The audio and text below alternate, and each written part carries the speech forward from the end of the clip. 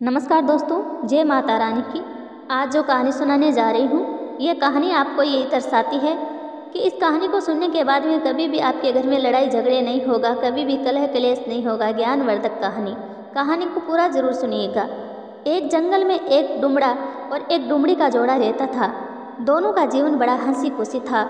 दोनों पति पत्नी एक दूसरे से प्रेम किया करते थे। वहाँ के रहने वाले अन्य पक्षी उनकी मिसाल दिया करते थे, उनकी गाथा गाया करते थे। यही बतलाते थे कि डुमड़ा डुमड़ी में बेहद प्रेम है। इन दोनों में कभी झगड़ा नहीं होता था। जहाँ भी जाते साथ साथ ही जाते, साथ साथ ही रहते। कभी भी एक दूसरे को अकेला नहीं छोड़ते। यदि एक सो जाता तो दूसरा बैठकर उसकी सुरक्षा करता, और जब दूसरा सो जाता तो पहले वाला जाग कर उसकी सुरक्षा करता है। इसी तरीके से दोनों एक दूसरे से बेहद प्रेम किया करते थे, ताकि एक दूसरे पर प्राण भी न्यौछावर कर दे। लेकिन कहते हैं ना, किसी की खुशी को देखकर कोई भी जलने लग जाता है। कई ऐसे दुष्ट प्रवृत्ति के होते हैं जिनको एक दूसरे की खुशी बर्दाश्त नहीं होती है, और वह चाहते हैं कि उनकी खुशी भंग किया जाए, उनका जीवन बर्बाद किया जाए। ऐसे लोग आज के युग में भी मिलते हैं और पहले के युग में भी थे। उन लोगों के दिमाग में हमेशा एक कीड़ा चलता रहता है, जो अक्सर यही सोचते रहते हैं कि मेरा पड़ोसी बहुत लंबी उड़ान भर रहा है, अब इसको नीचे कैसे गिराया जाए।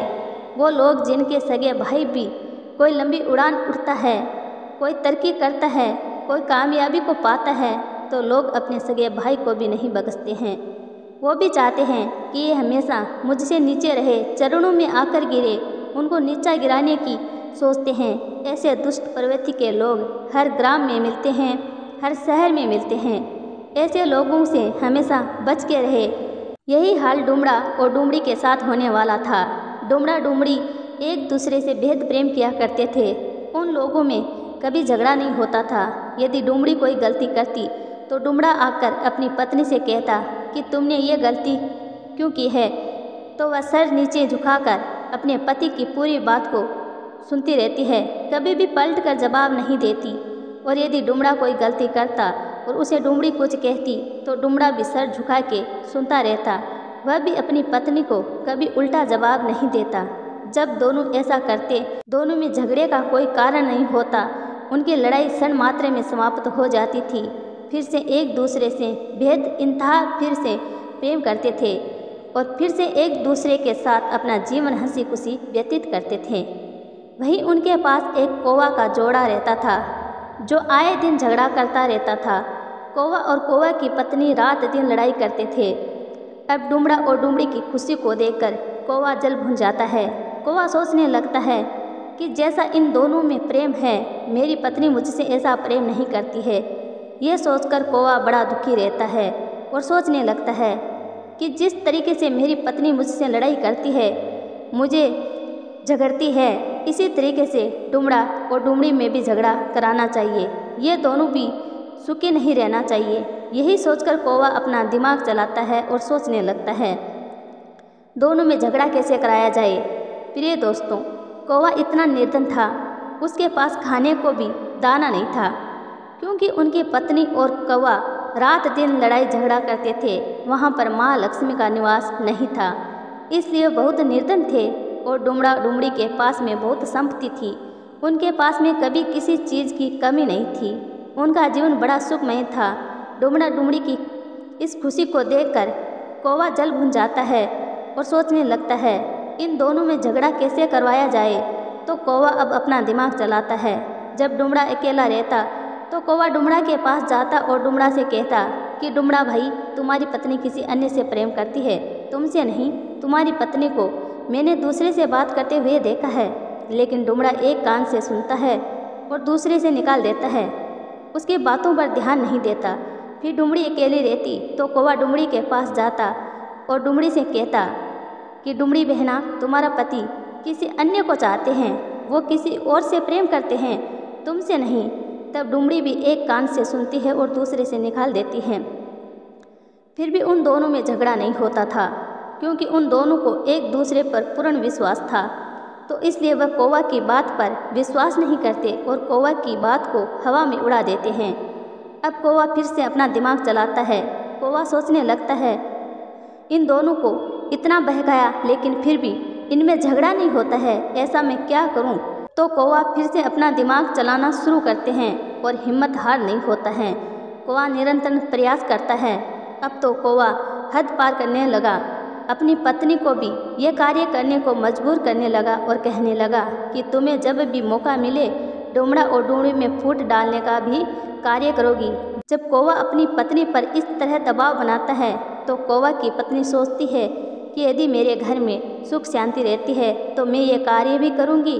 तो प्रिय दोस्तों, कौवा की पत्नी कहती है कि तुम हमारे घर में सुख शांति रखोगे, आज के बाद तुम लड़ाई झगड़े नहीं करोगे तो ही मैं इस कार्य को करूँगी। तब कौवा अपनी पत्नी से कहता है, ठीक है, आज के बाद हम पति पत्नी कभी नहीं लड़ेंगे, लेकिन डोमड़ा और डोमड़ी से झगड़ा करवाना है।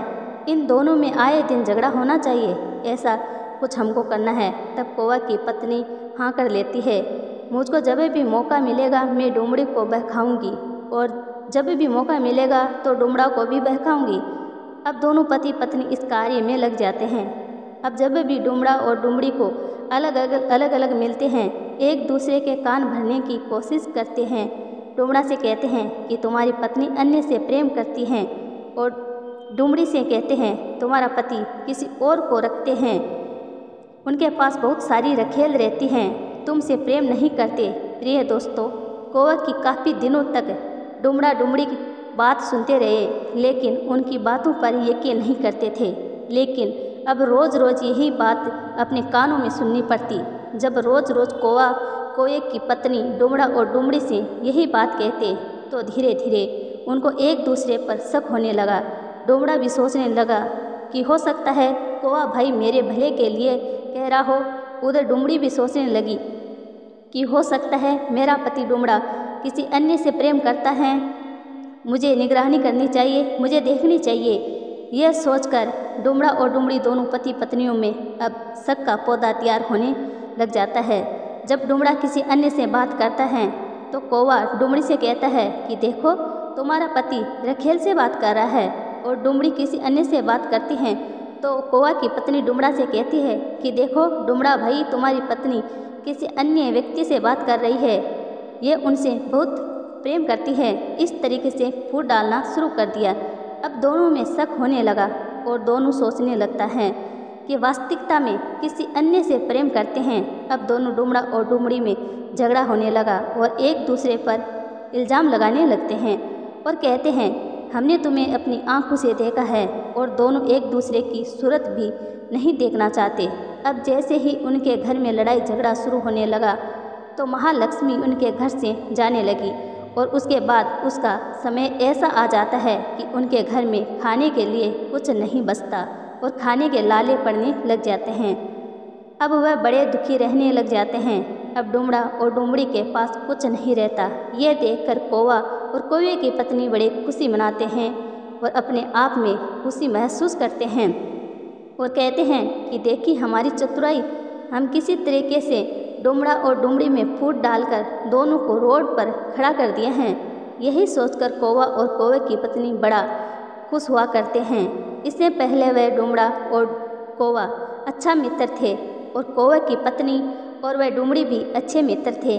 जब डोमड़ा डोमड़ी में खाने के लाले पड़ जाते हैं तो डोमड़ा अपनी पत्नी से कहता है कि देखिए प्रिय, ये अपनी लड़ाई का नतीजा, हम बर्बाद हो गए हैं, हमारे खाने के लाले पड़ने लगे हैं। जब डोमड़ी भी अपनी करनी पर पछताने लगती हैं और अपने पति डोमड़ा से कहती है अब क्या किया जाए। जब डोमड़ा कहते हैं बस अब एक ही उपाय है, डोमड़ी कहती है उपाय क्या है। जब डोमड़ा कहता है कि पल्हार की कंधार में एक साधु रहता है, यदि हम उस साधु के पास जाए तो वह ज़रूर कुछ ना कुछ सलाह दे सकता है।